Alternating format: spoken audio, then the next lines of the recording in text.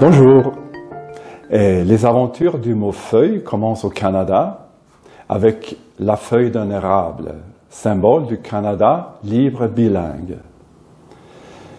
Et le drapeau à côté, c'est celui du Québec, État officiellement unilingue français. À côté du Québec, il y a New Brunswick, État officiellement bilingue. Dans la collectivité d'outre-mer Saint-Pierre-et-Miquelon, les 6000 habitants parlent français, bien sûr. Mais il y a très peu de feuilles à cause du climat. Et juste à côté de Terre-Neuve. Le mot feuille remonte aux anciens Grecs, et dont le paysage était plein de feuilles d'acanthe.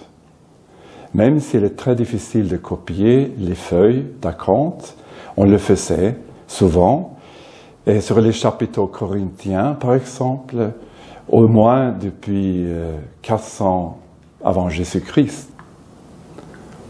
Si on commence à se regarder autour, on trouve des feuilles d'acanthe partout en Europe. Et par exemple, sur la grande place à Bruxelles, où il y a la Maison d'Or.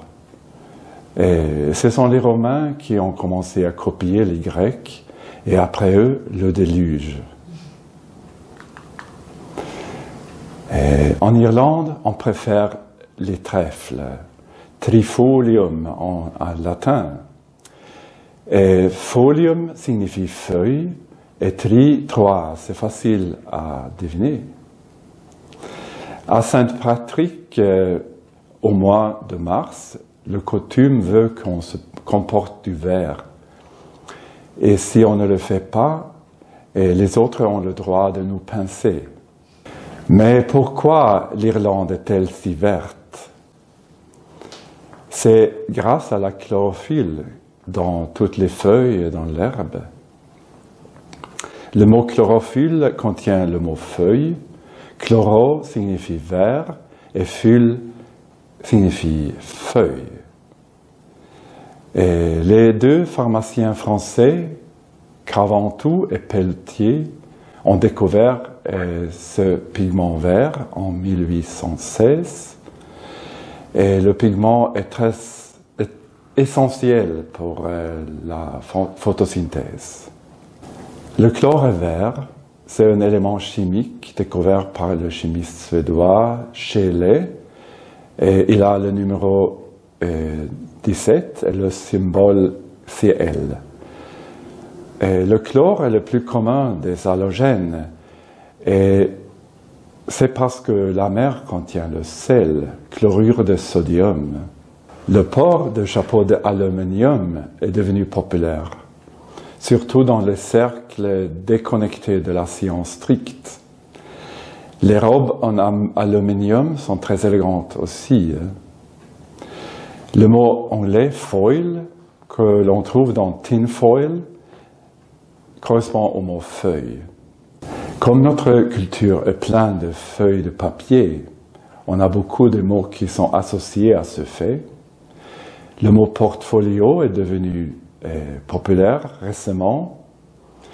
Port signifie que la feuille est portée, et folio, c'est la feuille, bien sûr.